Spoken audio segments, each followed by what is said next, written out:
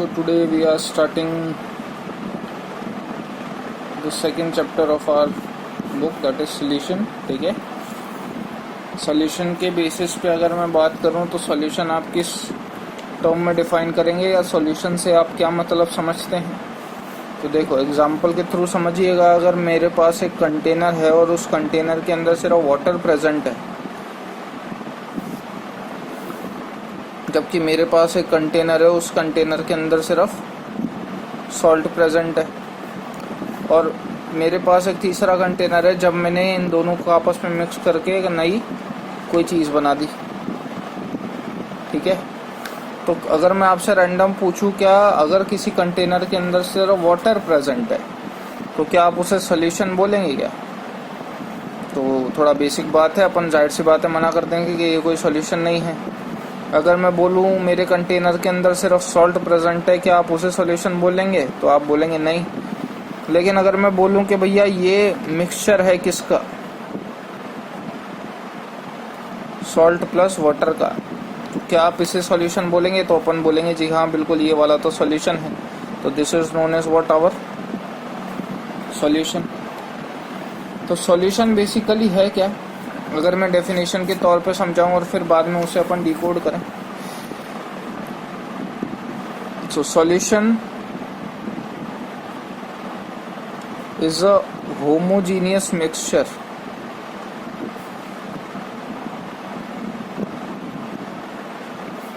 of two or more substances in which individual substance lose their identity। तो solution basically एक homogeneous mixture है किसका, दो या दो से ज्यादा सब्सटेंसेस का, जहां पे इंडिविजुअल सब्सटेंस अपनी आइडेंटिटी लूज कर देता है। कहने का मतलब पहले मेरे पास प्योर वाटर था, दूसरा मेरे पास प्योर सॉल्ट था, और तीसरा मेरे पास सॉल्यूशन था। ठीक है, अगर मैं वाटर को तो देखो प्योर सॉल्यूशन बोल नहीं सकता, सिमिलरली सॉल्ट को मैं प्योर सॉल्यूशन बोल नहीं सकता, लेकिन जब मैंने दोनों को मिक्स करा, दैट इज वाटर, वाटर के अंदर मैंने सॉल्ट डाला, तो क्या वाटर अपनी प्योर फॉर्म में रहा क्या? तो अपन बोलेंगे नहीं। क्या सॉल्ट अपनी प्योर फॉर्म में रहा? तो अपन बोलेंगे नहीं। इस तरीके के मिक्सचर को आप क्या बोलते हो? सॉल्यूशन। अब ध्यान रखना मिक्सचर होते हैं तीन तरीके के। तीन तरीके का मिक्सचर माने, थोड़ा गौर से देखिएगा इसको। आगे अगर मैं इसमें ऐड करना चाहूँ तो अगला सब कुछ सिर्फ इस छोटी सी लाइन के लिए है। And they can not be separated by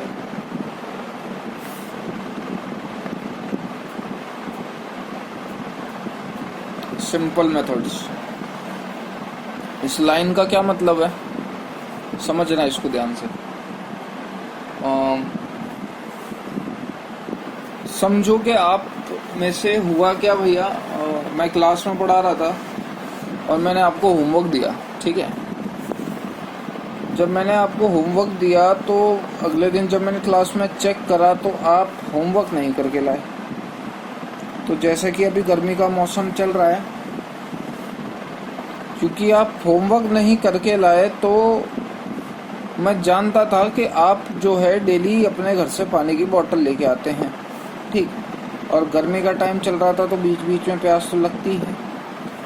तो मैंने क्या करा, आपको छोटा सा सबक सिखाने के लिए कि अगली बार से आप लोग होमवर्क करके लाएं, मैंने क्या करा, मैंने आपको 5 मिनट के लिए बाहर भेजा कि भाई पनिशमेंट के नाम पे 5 मिनट धूप में खड़े होके आओ, और उस 5 मिनट के ड्यूरेशन में मैंने आपकी बोतल के अंदर, जो बोतल ट्रांसपेरेंट थी, मैंने उस बोतल के अंदर सॉल्ट डाल दिया। ठीक है,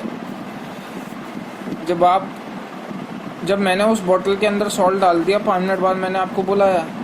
अब थोड़ा प्रैक्टिकली सोच के बताना, जब मैंने इस बोतल के अंदर सॉल्ट डाल रखा है, क्या आप देख के बता पाओगे क्या कि बोतल के अंदर सॉल्ट डला हुआ है कि नहीं? सिंपली बोतल को देख के क्या, कुल मिला के इनडायरेक्टली मैं ये पूछना चाह रहा हूँ, क्या पानी का कलर चेंज हो जाएगा क्या नमक मिलाने के बाद?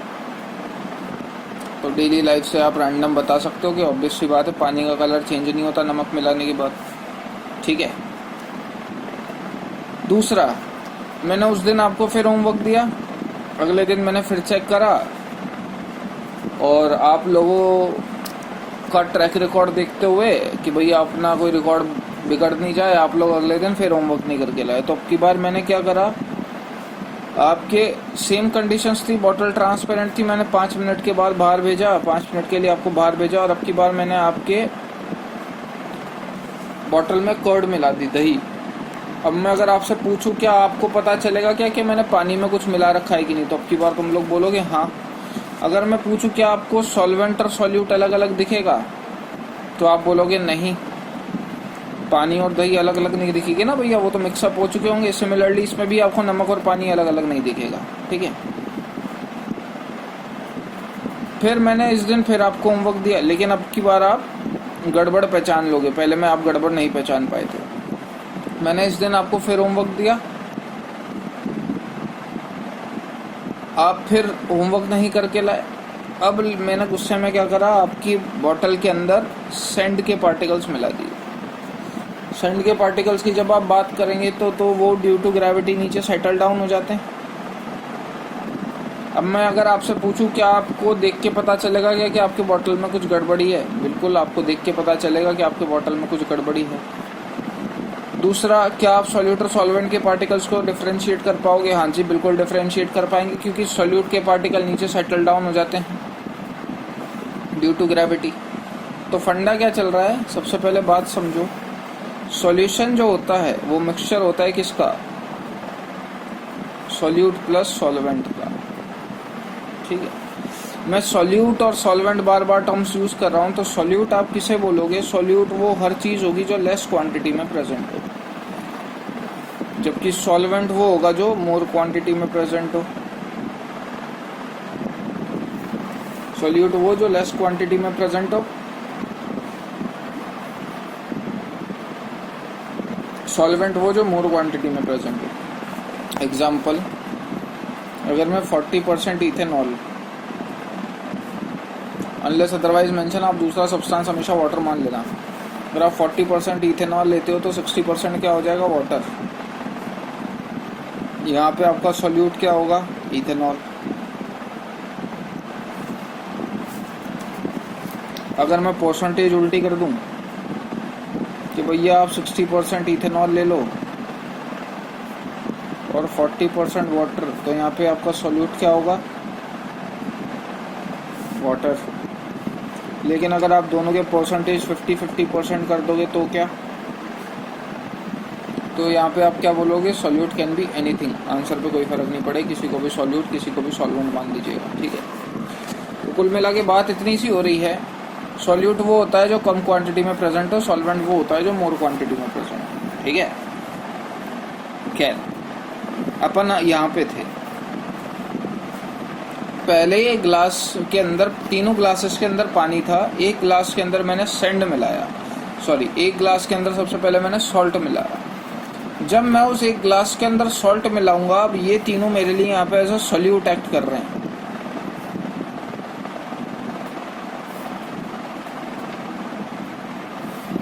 जब मैं उस एक गिलास पानी के अंदर सॉल्ट मिलाऊंगा तो क्या आप देख के बता पाओगे क्या कि उस पानी के अंदर सॉल्ट मिला हुआ है कि नहीं पहले से? तो अपन क्या बोलेंगे? नहीं।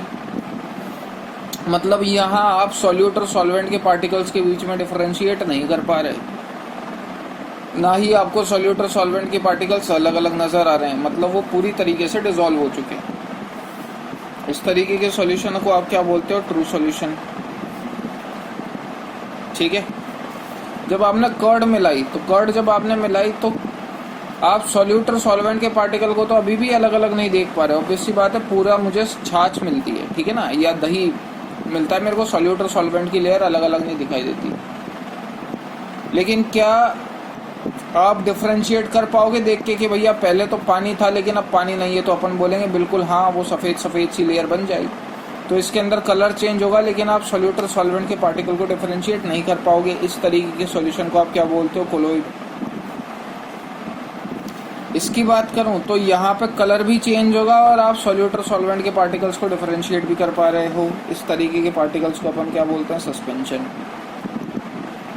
ये 3 तरीके के सॉल्यूशन दुनिया में एग्जिस्ट करते हैं। ये जो चैप्टर है सॉल्यूशन, ये ट्रू सॉल्यूशन के बेस है। बाकी 2 आप सरफेस केमिस्ट्री में डिटेल में पढ़ते हो। फिलहाल बेसिक इंट्रो ये था, इतना ध्यान रखना आपने, ठीक है। आगे अगर अपन बात करें तो इस चैप्टर में मेनली 5 टॉपिक्स हैं जो आपको याद होने चाहिए। पहला है कॉन्सेंट्रेशन टर्म्स, 11वीं का टॉपिक है, पढ़ रखा होगा हमने, रिपीट करवा देंगे, कोई दिक्कत नहीं, ठीक है। दूसरा है वेपर प्रेशर।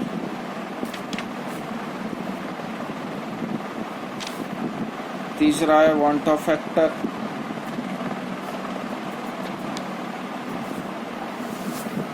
एक सेकेंड है ना। चौथा है कॉलिगेटिव प्रॉपर्टी।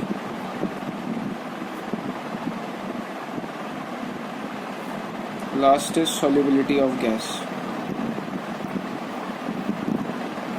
हेनरी लॉ बोलते हैं इसको, ठीक है। ये 5 टॉपिक्स हैं आपके मोटे मोटे। आपके जो क्वेश्चन आएगा बोर्ड्स वगैरह में वो इसमें से आएगा। कॉलिगेटिव प्रॉपर्टी के अंदर 4 पार्ट होते हैं।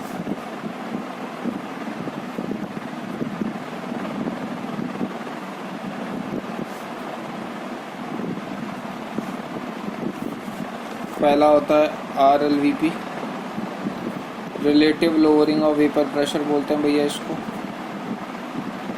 फिर होता है elevation in boiling point.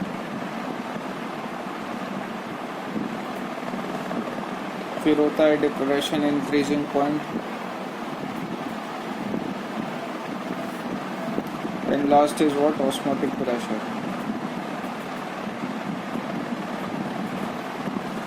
Question इसी में ऐसा आएगा, उनमें भी ये 3 कैटेगरी ज़्यादा इंपॉर्टेंट है, ठीक है ना। खैर स्टार्ट अपन कर रहे हैं कॉन्सेंट्रेशन टर्म से। ये सारी चीज़ें हैं, ये कुछ मेन टॉपिक्स हैं, हाईलाइट ऑफ द चैप्टर है, ये सब आपको पता होना चाहिए, ठीक है। स्टार्ट कर रहे हैं कॉन्सेंट्रेशन टर्म से।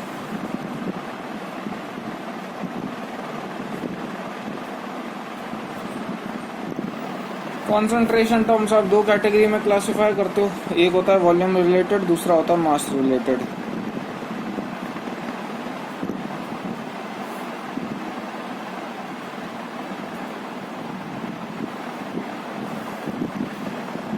वॉल्यूम रिलेटेड बोले तो इसके अंदर क्या क्या आता है, %V/V। अब अच्छा, मैं अगर आपसे पूछूं इन दोनों में से कौन सी टेम्परेचर डिपेंडेंट होगी और टेम्परेचर इंडिपेंडेंट, तो अपन जानते हैं volume is temperature dependent quantity. Bottle का कभी ढक्कन वक्कन अगर जैम हो जाता है, यानी कि खुलता नहीं अपने आसानी से, तो उसे थोड़ा हीट अप कर दें, उसका वॉल्यूम एक्सपांड हो जाता है और फिर वो आसानी से खुल जाता है।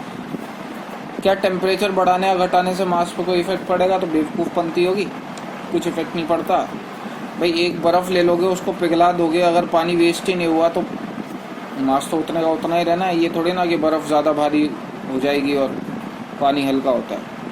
मैं अगर आपसे पूछूं 1 किलो लोहा ज़्यादा भारी है कि 1 किलो रुई, तो दोनों ही सेम है।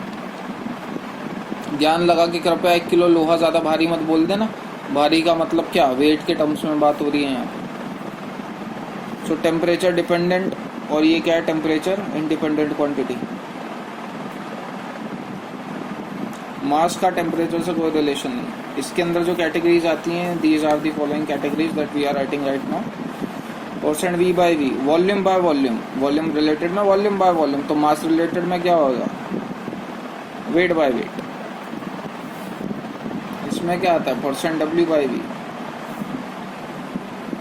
इसमें क्या आता है, मोल फ्रैक्शन। इसमें क्या आता है, मोलैरिटी। इसमें क्या आती है, मोलैलिटी, ठीक है, ध्यान रखिएगा। इसमें क्या आता है, नॉर्मैलिटी। और इसमें आता है पार्ट्स पर मिलियन, ppm। इस चैप्टर के हिसाब से आपको ये 3 चीज़ें समझ में आनी चाहिए, और ये 3 चीज़ें समझ में आने के लिए आपको ये 3 चीज़ें आनी चाहिए। बाकी तो इतने कुछ खास इंपॉर्टेंट नहीं है, ठीक है। पहले मैं ये 3 चीज़ें समझाऊंगा। %V/V, जब भी आपसे परसेंटेज वाइज, सबसे पहले दो टर्म समझो, एक्सटेंसिव प्रॉपर्टी, दो टाइप की प्रॉपर्टीज होती हैं, एक्सटेंसिव प्रॉपर्टीज और intensive properties. What are extensive properties? तो एक्सटेंसिव और इंटेंसिव में याद रखने का सीधा सीधा तरीका आप ध्यान रखें। इंटेंसिव के अंदर इन आ रहा है और इनका मतलब होता है इंडिपेंडेंट, तो they are what? Mass independent property, intensive से इंडिपेंडेंट। एक्सटेंसिव में एक्स आ रहा है, एक्स का कोई मतलब नहीं है यहाँ पे, है ना, सिंपली ध्यान रख ला, मास डिपेंडेंट प्रॉपर्टी होती है। Intensive are mass independent properties, extensive are mass dependent properties. इसके अंदर और क्या क्या ध्यान रखना है आपको? दीज आर एडिबल जबकि these are non addable properties. Example के तौर पे बोलूं तो समझिएगा, these are non addable properties, these are addable properties.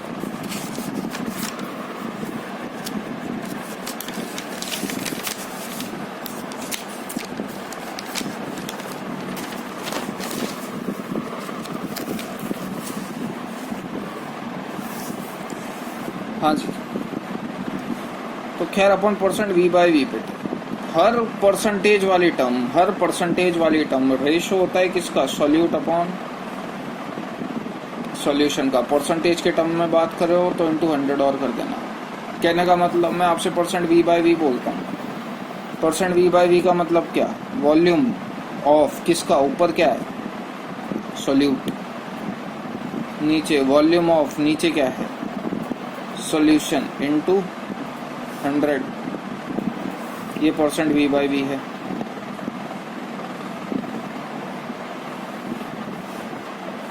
अगर मैं परसेंट डब्ल्यू बाई डब्ल्यू बोलूँ आपसे, अगेन सेम, ऊपर क्या है? सॉल्यूट, लेकिन डब्ल्यू बाई डब्ल्यू बोल रहे हो तो वेट आ जाएगा बस, तो वेट ऑफ सॉल्यूट। नीचे क्या है? Weight of solution into 100। मैं आपसे परसेंट डब्ल्यू बाई वी बोलूँ तो यहाँ पे ऊपर क्या है? डब्ल्यू, यानी कि सॉल्यूट का क्या आएगा? वेट। लेकिन नीचे क्या है? वॉल्यूम, यानी कि सॉल्यूशन का क्या आएगा? Volume into 100। जैसा कि मैंने आपको पहले ही बोला था, हर चीज सॉल्यूट अपॉन सॉल्यूशन का रेशियो होती है। तो दीज आर दी फॉर्मूलाज। अब भावना है समझना चैप्टर की, अगर चैप्टर की फील समझ में आती है तो ही चैप्टर समझ में आएगा। एक एक टर्म समझ में अपने को आनी चाहिए। कहीं मुझे 10% वी बाई वी दे रखा है, इस 10% वी बाई वी का मतलब क्या होता है? कोशिश करिएगा समझने की। 10% वी बाई वी का मतलब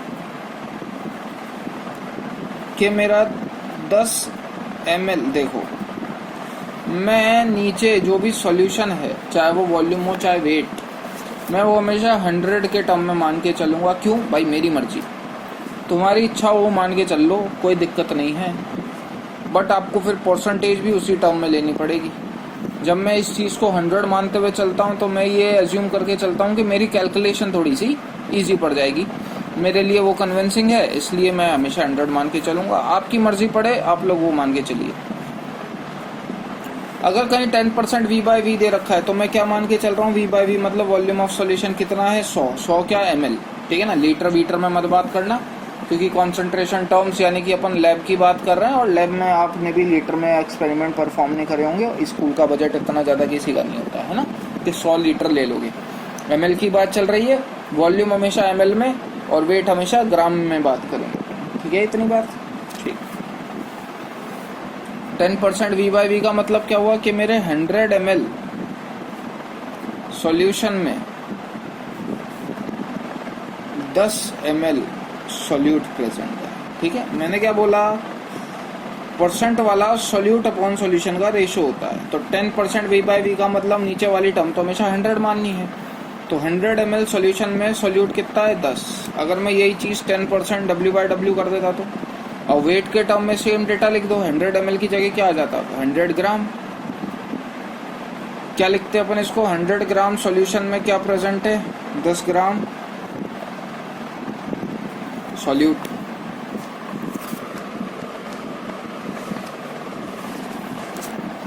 इतनी बात ठीक है भैया, होपफुली समझ में आ गया हो।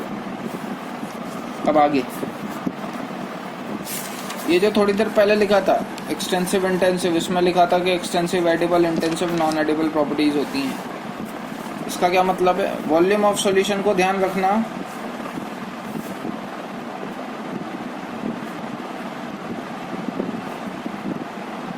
मैं volume of solute plus volume of solvent लिख सकता हूँ। क्यों, क्योंकि ये एक एक्सटेंसिव प्रॉपर्टी है, एक एडिबल प्रॉपर्टी है। वेट ऑफ सॉल्यूशन को मैं weight of solute plus weight of solvent लिख सकता हूँ। क्यों, क्योंकि एक एक्सटेंसिव प्रॉपर्टी है and extensive properties are addable property. क्या होता है सर एक्सटेंसिव इंटेंसिव, 11वीं की बात है थर्मोडायनेमिक्स, फिर भी बता देते हैं। सपोज आपके पास 2 कंटेनर है, 3 कंटेनर है टाउ सेम वॉल्यूम के, यहाँ वॉल्यूम सेम नहीं दिख रही, कोई दिक्कत नहीं। इस कंटेनर के अंदर 2 ग्राम पानी है, इस कंटेनर के अंदर 3 ग्राम पानी है, ये कंटेनर खाली। अब मैंने इन दोनों कंटेनर के अंदर जो भी पानी है वो सारा इसमें डाल दिया, तो इस कंटेनर के अंदर कितना ग्राम पानी हो गया, 5 ग्राम। समझ में आई होगी इतनी बात। ये 2 ग्राम मैंने मान लिया 2 ml वॉल्यूम ऑक्यूपाई कर रहा है, ये 3 ग्राम मैंने मान लिया 3 ml वॉल्यूम ऑक्यूपाई कर रहा है, तो ये 5 ग्राम कितना ml वॉल्यूम ऑक्यूपाई करेगा, 5 ml, कोई दिक्कत नहीं। तो these are what, mass dependent properties. इसके 2 थे, इसके 3 थे, ये दोनों को मिला के यहाँ मिलाया तो आपने दोनों के मास को ऐड कर दिया, सिंपली इसका 5। अरे मास तो मास डिपेंडेंट ही होगा, क्या वॉल्यूम भी मास डिपेंडेंट है, बिल्कुल। एडिबल है, इसका 2 ml है, इसका 3 ml है, तो इसका 5 ml होगा। ठीक है, मैं अगर आपसे पूछ लूँ 2 ग्राम वाटर का बॉइलिंग पॉइंट कितना है, 2 ग्राम वाटर का बॉइलिंग पॉइंट कितना, तो आप क्या बोलोगे, 100 डिग्री सेल्सियस।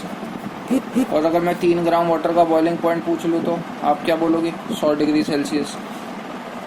वाटर की क्वांटिटी ऊपर नीचे करने से बॉइलिंग पॉइंट पे कोई फ़र्क पड़ रहा है, नहीं।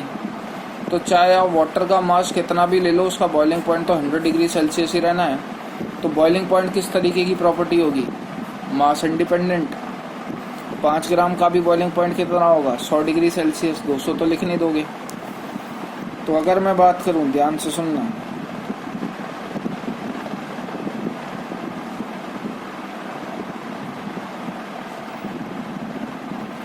इंटेंसिव प्रॉपर्टी में कौन कौन आते हैं, टेम्परेचर आता है,